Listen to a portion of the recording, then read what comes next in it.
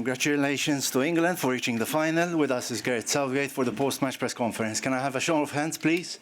And don't forget to say your name and the media house. Let's start from there, in the middle. Thank you. Hello, Mr. Tian Haoshen from Titan Sports China. Congratulations for reaching the final. England is the first team in the history of Euro to reach the final after twice being behind in disadvantageous situation in the quarterfinals and semi-final. Why the miracle always happen to your team? Why the subs always become super subs? Thank you. Character. I think definitely tonight, I don't think we deserved to be behind. It was a moment.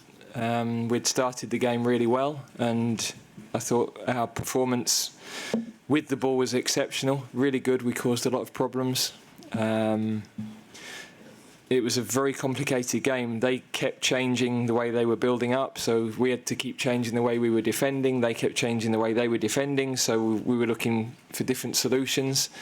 But in the end, the players made so many good decisions on the field. People like Bukayo Saka, the defensive responsibility he started defending as a wing-back, then he had to go into midfield to defend, then he had to defend as a winger. There were so many things like that going on all night. But I was really pleased with the quality of our play.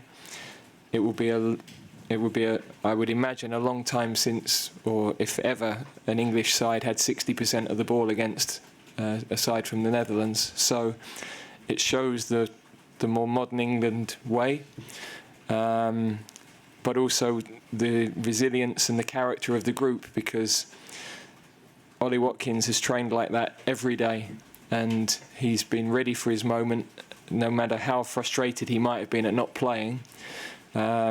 He's been ready, and the whole group have been, and the way that they've formed, it's a group with a lot of new players in it, and half of them had never been to a tournament, but they've bonded so well, and they've all got each other's back, and tonight was a great example of that. Thank you. Over there. Thanks. Hi Gareth, Steve from AP, sorry. It sounds like you've stressed out the king back home. He sent you a message saying he was on the edge of his seat like a lot of the fans. Right. Can you just give a message to the people back home who obviously have been stressed out by that performance and over the past few weeks of your sort of late shows? Well, I hope they're enjoying a few beers, really. We've had some incredible nights, the last 7-8 years. These games have been dramatic because the goals have come so late. The only reason I did the job when I took it on was to try and bring success to England as a nation, and to try and improve English football, and to be able to take the team to a first final overseas. I'm immensely proud of that. But now, of course, we've come here to win. We play the team who've been the best team in the tournament, and we have a day less to prepare, so it's a huge task. But we're still here, and we're fighting. Thank you. Okay. Hi, Ollie Moody, DW Sports. Thank you.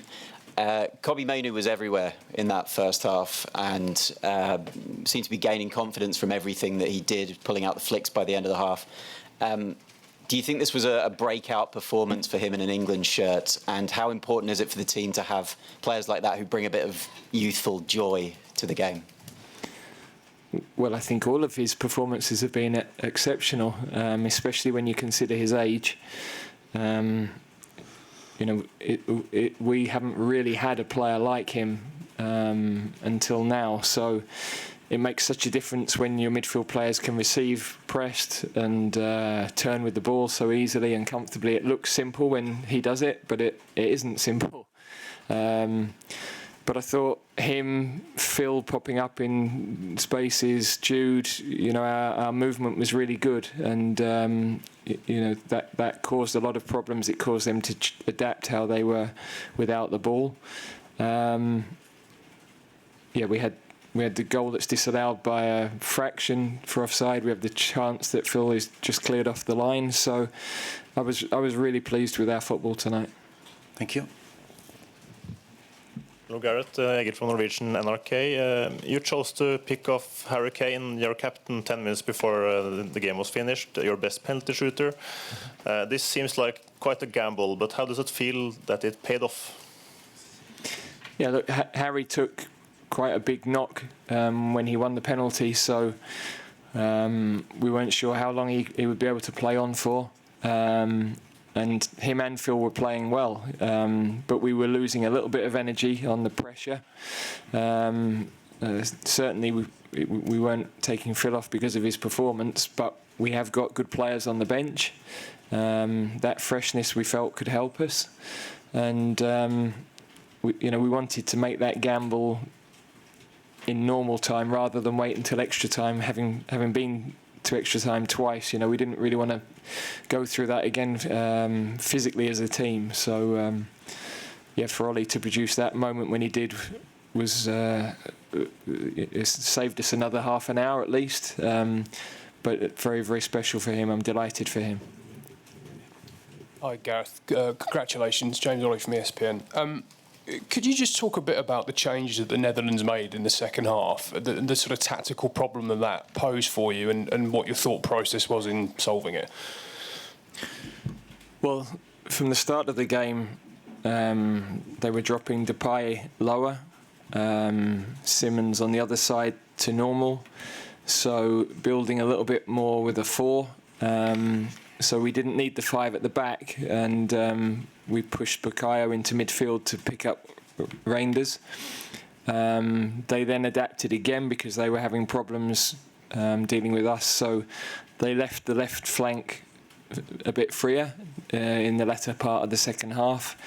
Played almost a 4-2-2-2, much narrower. Meant that they had the numbers in midfield to make it more difficult for us. With Kieran had a little bit of a problem.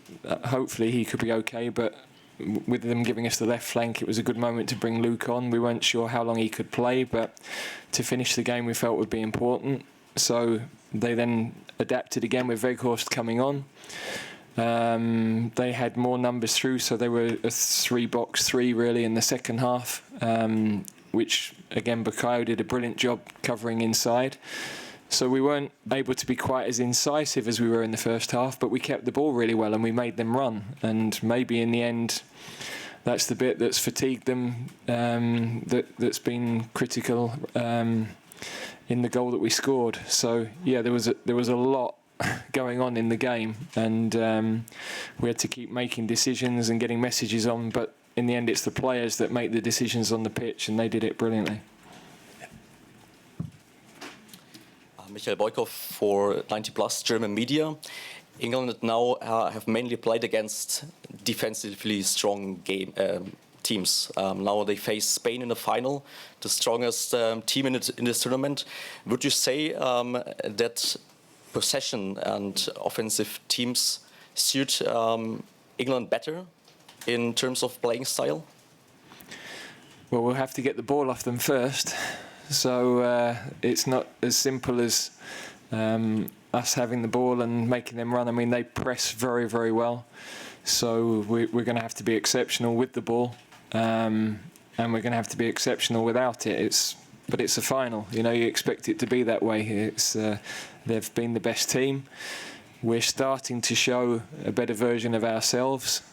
The extra day is a concern. In the last few tournaments, that's been a problem for finalists. So we've got to, do the very best we can to recover the players as well as we can.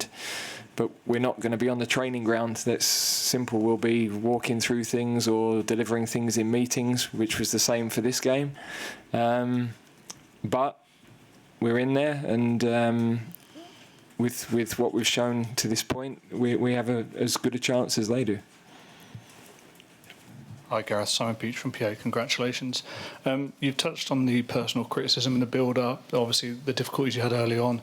Every knockout game there's talk of whether it's your last game. So with all that in mind, where does this rank in terms of achievements of your time in England, and how proud are you of everything? As I said earlier, I took the job to try and improve English football, and we're now in a second final. The last one was the first in 50 years. We're now in the first that isn't played on our shores. I think we've got a team that will be together for quite a while, so it's not as though this is a team that's at the end of a cycle. We're giving people some amazing nights. I think we've given our supporters, some of the best nights over the last 50 years. So I'm hugely proud of that. I'm delighted if everybody at home is feeling the way we are, and the way the supporters in the stadium were feeling. But from our point of view, we're not finished. We've got, the greatest possible test to prepare for, and we came here to try and win the tournament, and that's still our aim. Thank you. Yeah. Gareth, Shane Mockler, Daily Mail. Will the experience of the 3 years ago, preparing for the final, be able to call on those experiences to help you this time around? And is there an important balance to strike tonight, just in terms of celebrating the moment, but also focusing on the game on Sunday? Yeah, I mean, the lads are singing in the dressing room, but they're straight in the ice, So, there won't be any wild parties. We've had a couple of those already, so we pick our moments for those. But in terms of the experience, of course, every game you manage, every tournament you manage, you learn so much. When I took this job, I'd had 3 years as a Premier League manager. I've now had 100 internationals, some of the biggest games in world football. You learn all the time from that. So we're more calm going into the knockout games, because the first time we did it in Russia, we hadn't won a knockout game for 10 years. We hadn't been through the experience. Quarter-finals, semi-finals, we've managed a lot of those games now. So you're definitely much better prepared, because every experience you go through, you learn from. And you're improving all the time. Your knowledge, your understanding. I would say if you're a coach and you're not doing that, there'd be a problem, really. But the last final, it's the first European Championship final I'd ever managed. So if I didn't get everything right, apologies for that. But we'll try and do better this week. Hi, Gareth. Congratulations with the final. On the 13th of July, Yamal is having a birthday. He's turning 17. On 14th, there is the match. Do you have a present for this exceptional player, or you keep the medal for you? Thank you. Can I get your name and the media house, please? Harry, Armenia Media. Thank you. He looks an exceptional talent, that's clear. We have some good young players, but, Spain, Pedri, Gavi, Yamal, the centre-back, I've forgotten his name, sorry, from Barcelona, that you didn't bring, 17-year-old Kabasi. We're not the only country that has good young players. Sometimes I think we think we are, but it's not the case. So, we play a very, very tough game at the weekend. There's no doubt about that. But it's a final, so you expect it to be a very tough game, and we're proud to be there, and we're looking forward to the challenge. I'll take the last 3 questions, okay? We'll start from here. Hi, Gareth. Stan Wachman, Nu.nl from the Netherlands. Koeman just said it wasn't a penalty. How do you look back at that moment? I haven't seen, so I know our analysts that were looking at it thought it was.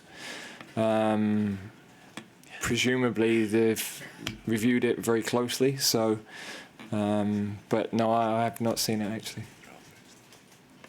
With a question over here in the second row. Thank you. Paul Joyce, The Times. Could just check on Kieran Trippier's injury, and was it a groin injury, and do you think he's got a chance for the weekend? Yeah, I'm not sure.